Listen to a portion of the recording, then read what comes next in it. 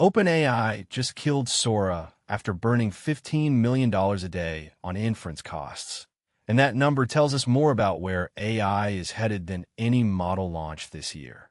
Meanwhile, Google quietly published a compression breakthrough that could reshape the entire economics of running AI and the physical infrastructure powering all of it. It's becoming a geopolitical battleground. From a team at the Synthetic Daily, it's Wednesday, April 15th, 2026. Good to have you with us. We went through about 99 posts, articles, and threads across LinkedIn, Substack, and YouTube to find what actually matters today. Let's get into it. Let me bring up something related. Let's start with the number that stopped me cold this week. $15 million. That's what OpenAI was spending every single day to run Sora, its video generation tool, per day, against lifetime revenue of just $2.1 million total. Not per day, total ever. Bill Peebles, OpenAI's own head of Sora, admitted publicly that the economics were, quote, completely unsustainable. And so, 6 months after its public launch, Sora is dead. The API, the app, the video generation inside ChatGPT, all of it gone. The Disney billion-dollar deal that was supposedly in the works collapsed with it. Now the easy headline here is AI video failed. But as analyst Nate Jones pointed out in a deep breakdown of March's structural moves, that misses the real story entirely. For 3 years, the AI narrative has been about training. Who can build the biggest cluster? Who can afford the most data? Sora's death is the loudest signal, yet that we've crossed into a different era. We're not hitting a training wall. We're hitting an inference wall.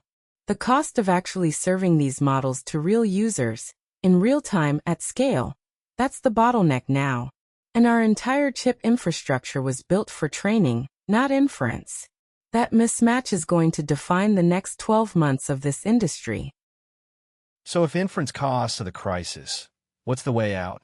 Google just published a paper called TurboQuant, and multiple analysts are calling it one of the most important breakthroughs of the year. Here's the problem it solves. Every large language model has something called a KV cache. Think of it as the model's working memory. It's what lets GPT, or Gemini, or Claude connect something you said on page 1 a long prompt to something on page 40. Every token the model processes gets stored as a key value pair, and the model has to compute across all of those pairs for every single new token it generates. That cache eats memory. Enormous amounts of memory. What TurboQuant demonstrated is a way to compress that cache by 6 to 10 times, from 32 bits per value down to as few as 3, without losing a single bit of data. Lossless. They tested it across question answering, code generation, summarization, and the classic needle in a haystack test where you hide a specific phrase in 100,000 tokens and ask the model to find it. It found it. The technique uses 2 stages. First, something called polar quant rotates data into a more efficient coordinate system. And then a secondary error correction step called QGL cleans up the residual rounding with just a single bit of overhead. Atlassian cut 1,600 jobs in March, about 10% of the company. More than 900 were in software engineering. Employees got 20 minutes notice after a pre-recorded video. They had 6 hours on Slack to say goodbye. And here's the detail that makes this sting. Just 5 months earlier, CEO Mike Cannon-Brookes went on the 20VC podcast and predicted Atlassian would employ more engineers in 5 years, not fewer. He pledged more new graduate hires. That tracks with what we've been seeing. So either the AI landscape shifted so dramatically in 5 months that his entire thesis became obsolete, or the workforce thesis was never the real driver. Atlassian stock had dropped 60% in 12 months, caught in what analysts are now calling the SaaS apocalypse, a sell-off that erased over $1 trillion in market value. The mechanism is brutally simple. If 10 AI agents can do the work of 100 reps, you need 10 Salesforce seats, not 100. That's 90% revenue compression for the same output. Atlassian just reported its first ever decline in enterprise seat counts.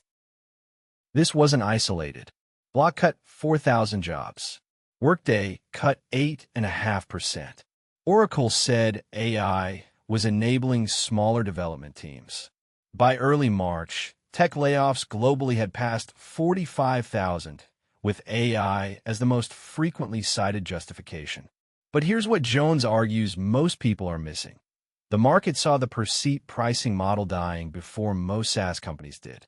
Wall Street is punishing companies not because AI replaces their product, but because these companies haven't figured out outcome-based pricing to replace the per-seat model. Jensen Huang's response to all of this has been blunt. He called resistance to AI adoption insane, and NVIDIA grew from 29,000 to 36,000 employees in a single year. He says they're still 10,000 short. The man selling the shovels is hiring. The companies buying the shovels are firing. That gap tells you everything about where we are in this transition. This next one surprised me. The White House released a 4-page national AI policy framework in March, streamlined permitting federal preemption of conflicting state laws, no new regulatory body. Sounds like a green light. But here's what it can't preempt. Lawmakers in at least 12 states have filed data center moratorium bills. 54 local governments have passed construction freezes.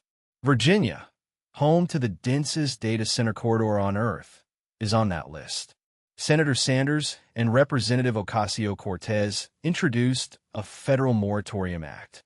Federal preemption of state AI regulation does nothing when a county simply refuses to rezone farmland for a gigawatt campus. And the geography got even more complicated. Iranian drones struck AWS facilities in the UAE and Bahrain, damaging physical cloud infrastructure. For the first time, commercial hyperscale data centers became explicit kinetic military targets. Reuters reported an affected insurance platform in the UAE was trying to shift workloads, but couldn't because local data residency rules required regulatory approval before migration. $700 billion in hyperscaler capital expenditure needs somewhere to land this year. The U.S. has permitting gridlock. The Middle East is in a conflict zone. The center of gravity for AI infrastructure construction is quietly shifting to Asia, by far the path of least resistance right now. Where AI physically lives used to be an engineering question. It's now a geopolitical one, and the answer is changing faster than most strategy documents account for.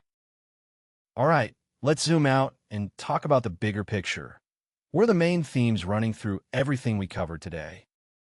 The first big theme is inference economics as industry gatekeeper. The shift from training cost competition to inference cost survival is creating a new selection pressure where only companies that can serve models profitably will remain standing. Next, comprehension debt. The speed advantage AI gives developers is generating a new category of organizational risk that is invisible in standard metrics and grows worse precisely as AI capabilities improve. Next, the taste bottleneck. As production costs collapse to near zero across software, content, and media, the binding constraint on value creation is shifting from technical ability to curatorial judgment. Next, physical infrastructure as AI's hidden dependency.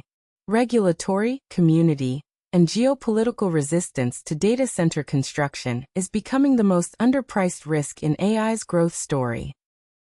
And the last one, pricing model extinction.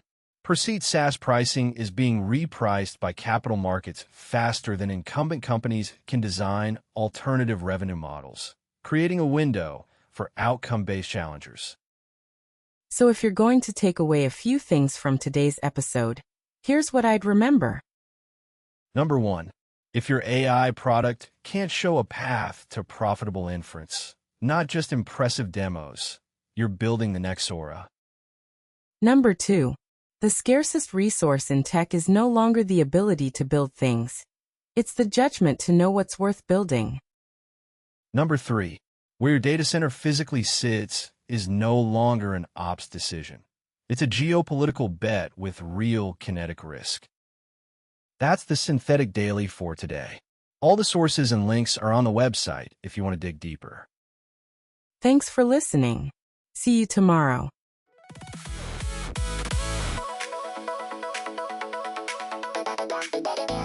Battleground.